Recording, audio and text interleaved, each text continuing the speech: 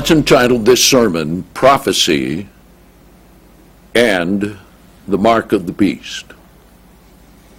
How far are they coming, and how far will they go? Let's first of all, before I read you some things and what they're planning, what they're going to do, and spend billions of dollars on, and as we read everything today, I want you to think, if you've ever seen on the news, that big, huge area in Utah where the NSA is building how many millions of square feet to put in the most sophisticated computers possible. And they are so sophisticated that we know virtually nothing about them. And let's ask the question, why are they doing it? What is the ultimate goal? And is it really just the U.S. government that is involved, or are those people who want to control the world also using the United States to finance and build what they want for the future? Now that may sound a little outlandish. However, there has to be a reason as to why they're building it. And there has to be a reason why they are not telling us exactly what it is for. And how they are finding that almost every denial concerning listening and watching and monitoring has been proven false.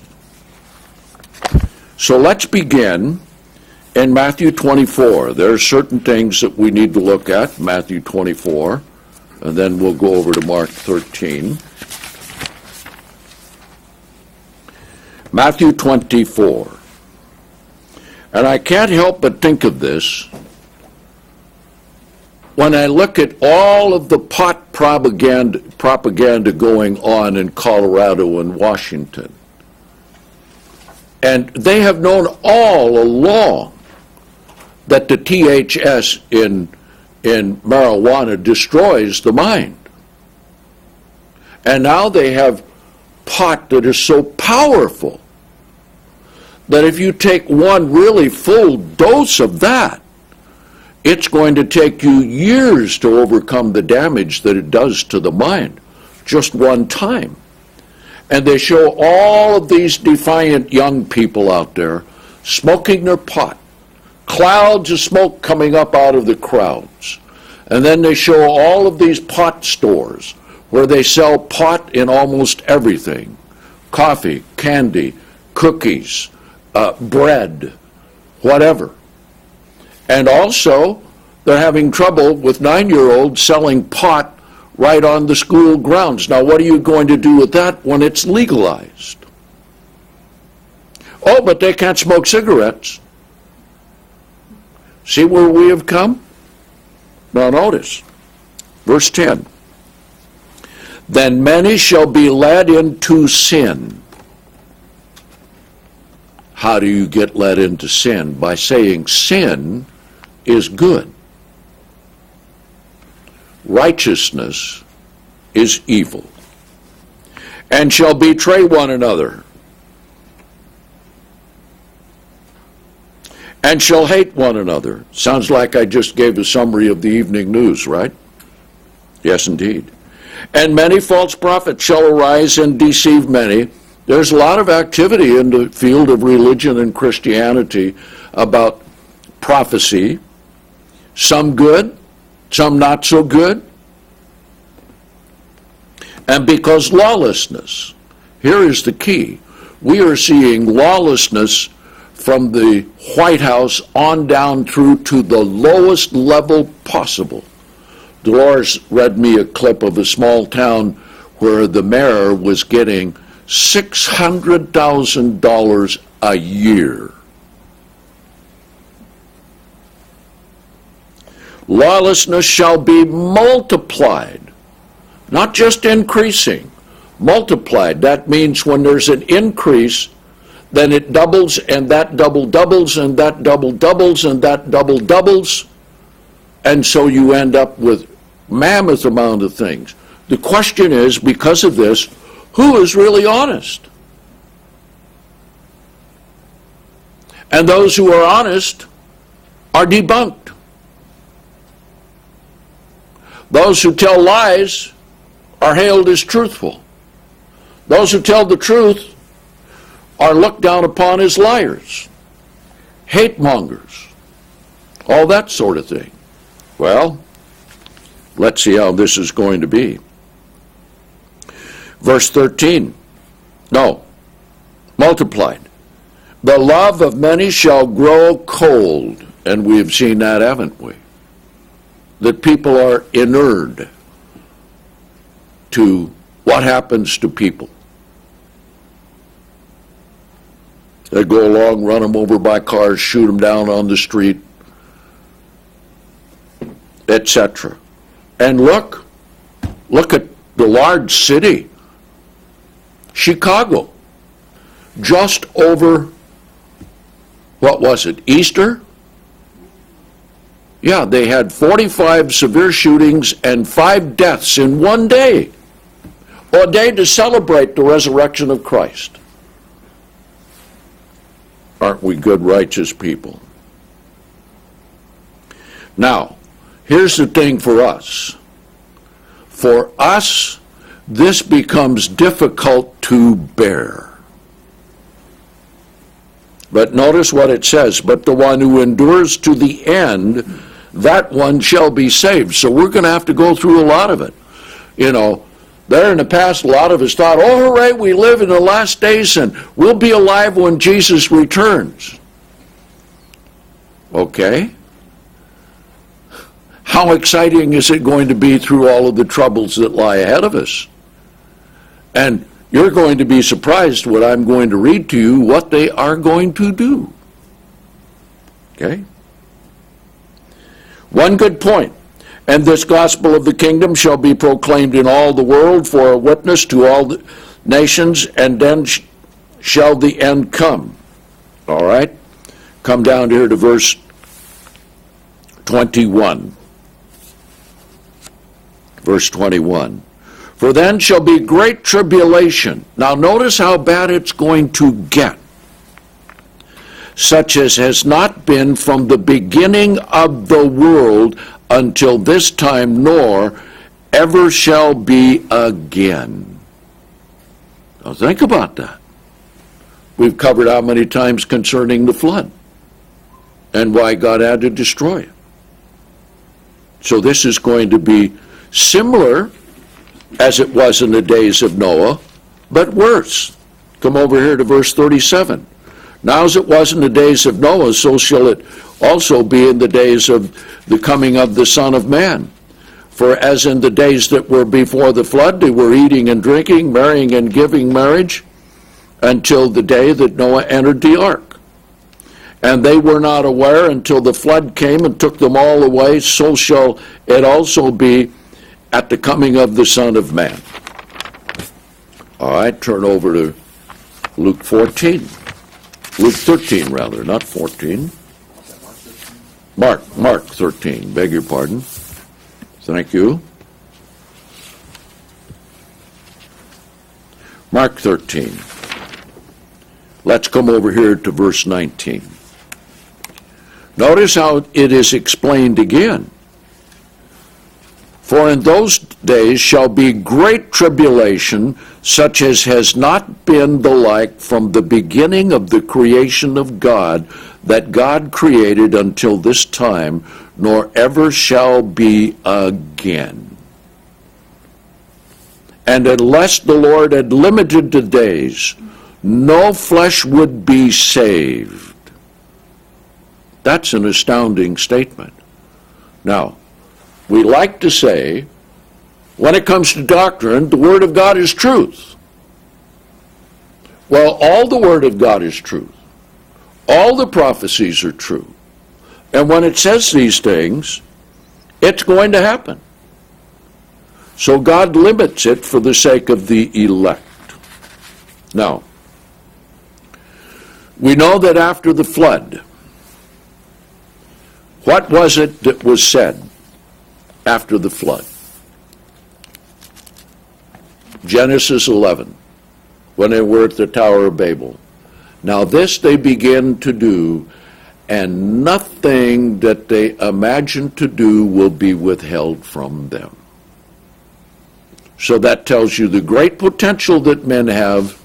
It also adds to it the interference of Satan, the devil, but it also tells us how it's going to be. Now let me cover just a few things here. Here's a little bit concerning the coming animosity against Christians. And remember, as I pointed out in Revelation 17, there are two classes of martyrs. One, the saints, and two, the martyrs of Jesus.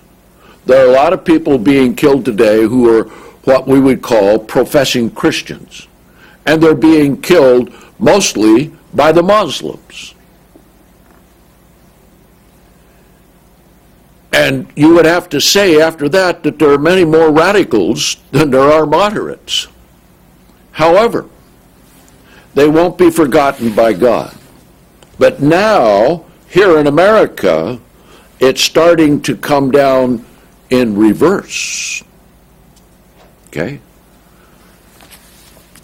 They recently had that they did not want at any ceremony any mention about God relating to a ceremony in the armed services, because that goes against their regulations. Now it's hitting the workplace. Here was a woman, the report says, no, is it a woman or a man? I think it's a man. It's a man.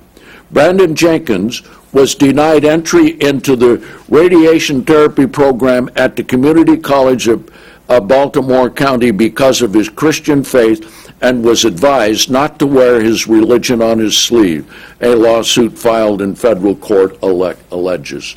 They even wrote him and said that you cannot come to this college because of your religious beliefs. They are not allowed here at the college, and they are not allowed in the practice of the radiation therapy in the hospitals where you are going to go to work. Second Amendment means nothing. Now, I remember one time that parents of their boy, I think he was in 7th or 8th grade, something like that, and they wanted time off for the Feast of Tabernacles and to be able to have excused absences. And the vice principal said, no, it won't happen. And all of those days will be charged off and he will not be able to graduate. So they asked me for help and for an excuse. So I sent an excuse. And I wrote a letter to the effect that the Second Amendment tells us that Congress shall make no law concerning religion, whether for or against, and shall not prohibit the free exercise thereof. So I ask him in the letter, are you greater than the Congress of the United States? As an official of a school system, are you not of a lesser power? I admonish you to please consider this and grant the days for this young man to have off to go to the feast with his parents. So that cleared up the whole thing. See, that was years ago. So you have to answer back to those things. You can't just let it happen, but it's going to come more and more and more and more. See, everybody can have free speech if you're a liberal, an atheist, or if you have same-sex marriage, or if you're a criminal. But if you're an honest citizen against sin, against law breaking, you can't have free speech. Or if you want to preach about Jesus Christ, you can't have free speech. Well, I think there are enough lawsuits in the work now that let's see how the Supreme Court rules on a lot of these things. When they rule against free speech, then you know we're getting closer to the end. But also consider this. Congress shall make no law as to prohibit the free worship of religion. Now, Adam the Muslim, think about what his religion tells him to do with infidels. What it tells him he can do to women, children, female children. They can marry them at 1 year old, have sex with them at 9 years old. They can have 4 wives.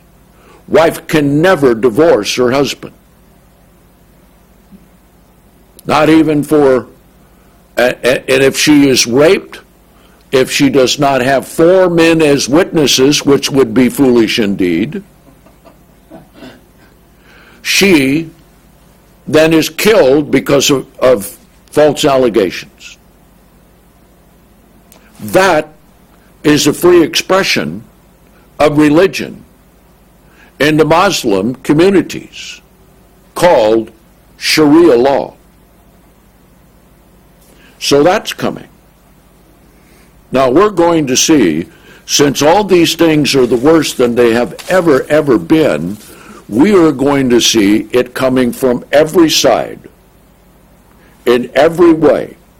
In the forefront of it now, we are going to see the uptick in technology to improve computers so they can think like human beings think.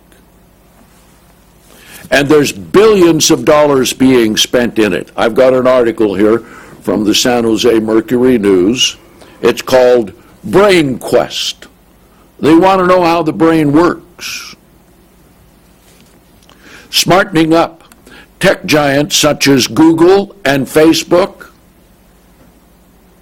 are betting big on artificial intelligence, aiming to get computers to think more like users. IBM, Microsoft, Facebook, Apple, and Google are spending billions of dollars. So I'll just read you the first couple of paragraphs of it. Quite an article. The latest Silicon Valley arms race is a contest to build the best artificial brains. Facebook and Google and other leading tech companies are jockeying to hire top scientists in the field of artificial intelligence while spending heavily on a quest to make computers think more like human beings. Comment was made, you're looking to the Supreme Court, and everybody today has been taught to think with emotions rather than with reason. And what are you going to do when the Supreme Court itself becomes unconstitutional? They are to uphold all law by comparing it to the Constitution. So what are you going to do? All right. Continuing now, they're not building humanoid robots, not yet anyway, but a number of tech giants and startups are trying to build computer systems that understand what you want perhaps before you knew you wanted it. Now, they already have some of that. The other day I was trying to verify my flight plans for going to the conference. They say it's most important to position yourself in the market for the next decade. Okay? A lot is writing on artificial intelligence and content analysis and on being smarter about how people and computers interact. Now then, that is one aspect of it. So when I was calling to check on my reservations, they asked for your number, so I gave my number. Always the office number, never the home number. Soon as I gave the office number, said, well, Mr. Coulter, what would you like? So they're already incorporating it in there, see. But this also tells you what? That other people could use it and manipulate it. Okay? All right. Let me read another one. Won't read you the whole thing, just parts of it. Artificial intelligence called AI. Software being installed in CCTV networks globally. So I think those are surveillance wherever it is. Okay? If you thought that CC cameras tracking your every move in public was bad enough, you're going to just love AI, that is artificial intelligence sight. AI sight, pronounced eyesight, of course. The invention of a Houston, Texas company called the BRS Labs, which stands for Behavioral Recognition Systems, is headed by former Secret Service Special Agent John Fazzini. And this Orwellian surveillance platform brings artificial intelligence to all of those creepy cameras that have been installed everywhere around you. They're going to put them everywhere. England, they have it everywhere. You can't even sneak up to a light post and whisper a secret because there's a microphone right up in the light post. All right? So what they want to do, these cameras are designed to look at the face, zero in on the eyes. It can pick up heartbeat, adrenaline rush. If you have all of those things, you might be a terrorist. Especially in the airport. Now, if you're rushing to catch a plane, you may be delayed and miss your plane because you're going to have to explain why you're not a terrorist. Okay? And I was glad to see this woman get a settlement on her problem with TSA going through the airport. She had a nursing baby. And she had some, I won't tell you the rest of what they wanted to do. But it was so bad, they voluntarily settled for $64,000. Okay? So they have that. Artificial intelligence. Now let's look at something else. All of you have cell phones and they want you to update and get the newest and latest, right? Well, they already know where you are, who you call, how long you spend on the phone. And if you have your phone on while you're driving, they can just track you wherever you are. And if you have it off and you get to where you're going and turn it on, whoop, there you are. Which then adds to the mystery of Flight 370. Where did the plane go? All right? Here is what they are working on. And how many times have we said, it's not buying and selling, it's control. Okay? Technologies designed specifically to track and monitor human beings have been in development for at least How long? Guess. How long? Anybody? 20 years.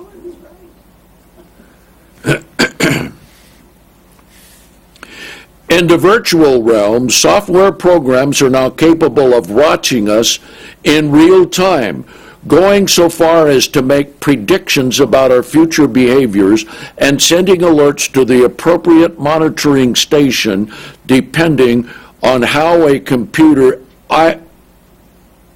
algorithm flags your activities.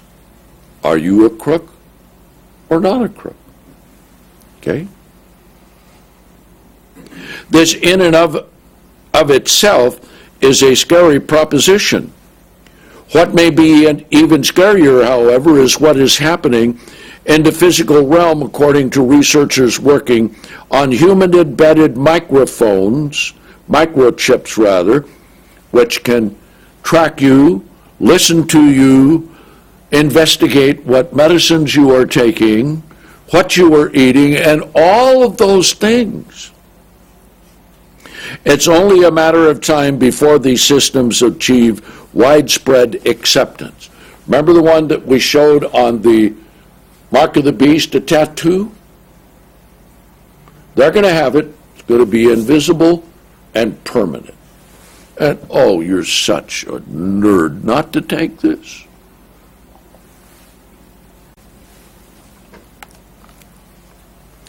In the virtual realm, software programs are now capable of watching us in real time.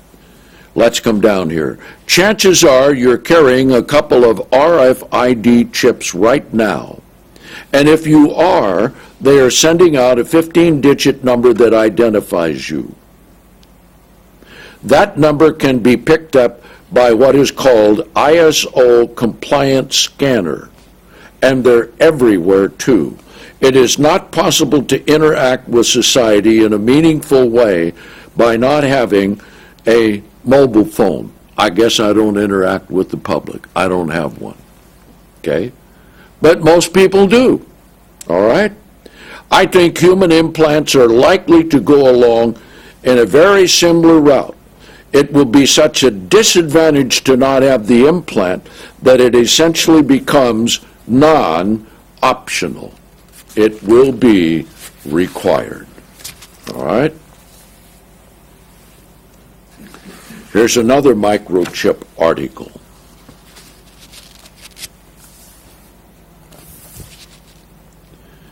Now, when you get down to nanotechnology, as one comment was made here, when you have carbon nanotechnology, then you can have things in your body so small you don't even know it. And yet, and you'll find out that they will have that so that they can, the carbon nanotechnology will work to pick up the electrical system from your own electrical nervous connections in your body to make that thing run. That's what it will come to. Thousands of technology enthusiasts use it as the ultimate application, enabling them to lock and unlock their homes, cars, computers, mobile homes with a simple wave of a hand, but there is a catch. They must also have a microchip inserted into their body. And people, especially all the techies, they'll say, this is great. Now remember, we're getting into a generation that many times we didn't think would ever be here, right? Mm-hmm. Now, Jonathan is halfway in between. So, in 10 years, he's going to be in the old technology realm, except he keeps up with it pretty good. But the new one's coming along. Now think of this. I thought of this in relationship to all of those potheads that smoke and lose their memory. They could say, well, this will help with your memory. We'll put this in you, and we'll repair whatever was done with the pot. Keep smoking it. We'll fix you. Okay? Now then, here's something else that they're doing. Remember how I brought it out, I think now a couple of years ago? 3D printing of the human body.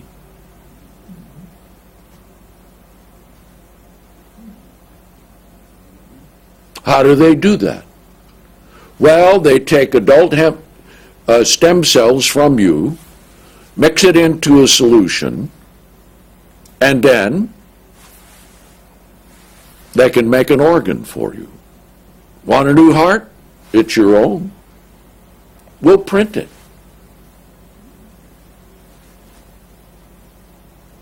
Think about that. Bioprinting, or the process of creating human tissue through 3D printers, is a highly contested area of technological innovation. They will get it so it will just be normal. See? We're moving so fast in technology that what is normal today is outdated. Then it shows a picture of the human body and how they can begin doing things like that. Now, these people that ruin their bodies, give yourself over to Satan the devil. Yes, indeed. Yes, indeed. Okay? You don't even know. That's right. How about the movie Avatar? We're on our way to doing it. They want humanoids. Now, I don't know how they do this, but now there are babies born with two mothers. They do it genetically. They take the egg of a woman who has a lack of mitochondrial genes in her egg to be fertile, and they siphon out of an egg of a woman who is fertile, insert those into the woman whose egg is not fertile, and then implant it in the woman, and a baby is born, and it's born with the genes of two mothers. Okay? Now then, where's all of this going to go? All right. Let's see why this is going to take place. Let's come back here to Revelation 12. We won't go through it all because we've gone through it many, many times before. And if you're not up to what we have done before, just go on CBCG.org and you can download any number of sermons on the mark of the beast. But here's what I want to emphasize this time. Revelation 12 and verse 9. And the great dragon was cast out, the ancient serpent who is called the devil and Satan. And of course there's a first application of this and a second application. But the point I want to make is this: who is deceiving the whole world. The whole world. He is cast down to the earth, and his angels cast down with him. Now then, chapter 13. Let's pick it up here in verse 4. No, verse 2. Let's see what is developing now. That is why the super elite in the world are all connected with all the leading nations, and they are all one big get along, go along family. Because they get their rewards from the God of this world. All right? Here is the beast. Last part of verse 2. And the dragon gave him his power and his throne and great authority. And what's going to happen with the whole earth? Last sentence in verse 3. And the whole earth was amazed and followed the beast. Okay? And what do? Verse 4. And they worshiped the dragon, who gave his authority to the beast. What did Satan tell Jesus in the temptation? If you worship me, I'll give you all the kingdoms of the world and the glory of them, because it's been given to me. So those who worship him today, what do they get? The world, and the kingdoms, and the money, and the power. Now they may appear on the outside to be very nice, upstanding individuals. Some may not. But nevertheless, they are there. And you always ask the question, well, how did that happen when someone is elected? Remember this last election? Remember what I said? This country had a choice between Romney and Obama. Romney was perhaps on a level of the world, and even though he is a Mormon, on the level of keeping the commandments of God in the letter, the most righteous man to run for president that we have had since who knows when. And what did all the people do? They voted for the pothead. See? Because they're lawless and they don't want to do what is right. They would rather worship the beast than to do what is right. They count the benefits from Satan greater than the blessings of God. All right? Verse 4 again, and they worshiped the dragon who gave his authority to the beast, and they worshiped the beast, saying, who is like the beast, and who has the power to make war against him? Then we come down here to verse 11. So we see something else, and we see this happening. I want you to pay special attention to this new pope. Now, he may not be the last one, though he's supposed to be the last one. But just like every one of the prophecies, there's a failure point, and I predict that he will die, and that prophecy will fail, and they will have a great revelation from their God to bring all religions together.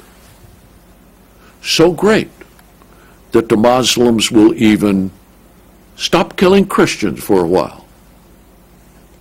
Okay? Verse 11. And I saw another beast rising out of the earth, and he had two horns like a lamb, but spoke like a dragon.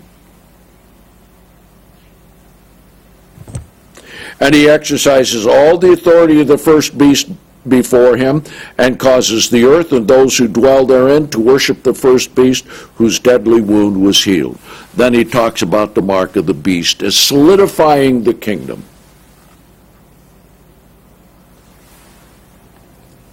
So that's something. That tells you the powers that we are fighting against right now. And they are going to build up. Now let's come back to Ephesians, the 6th chapter. We won't go through it all because I covered that just on the sermon of the last day of the Feast of Unleavened Bread. But Ephesians 6, okay? And let's see how Paul identified this power. It's in the world.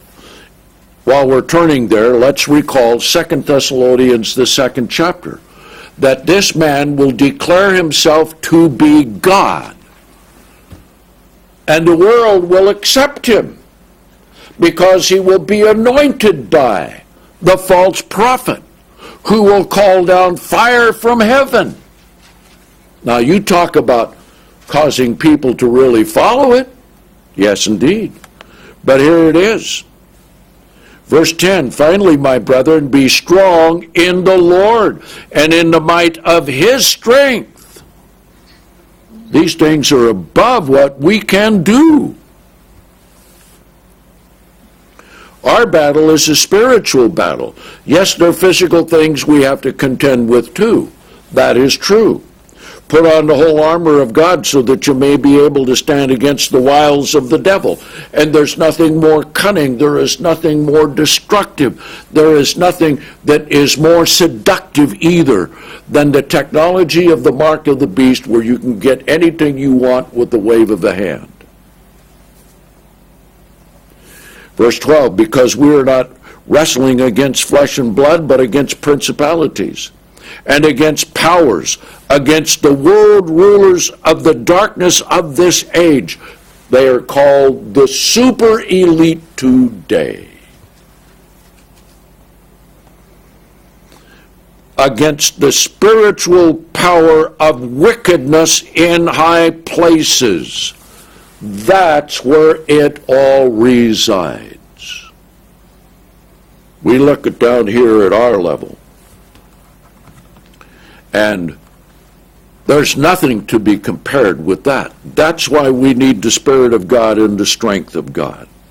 All right, because of this, let's come here to Luke the 18th chapter and let's see something. Luke 18.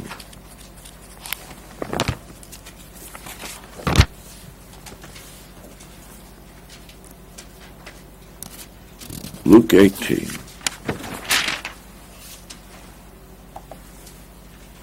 Pick it up here in verse 8.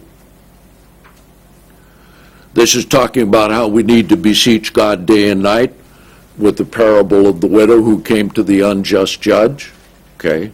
Verse 8 says, I tell you that he will execute judgment or execute vengeance for them speedily, that is God. Because God will execute it, verse 7, because we cry out to him day and night and he patiently watches over them.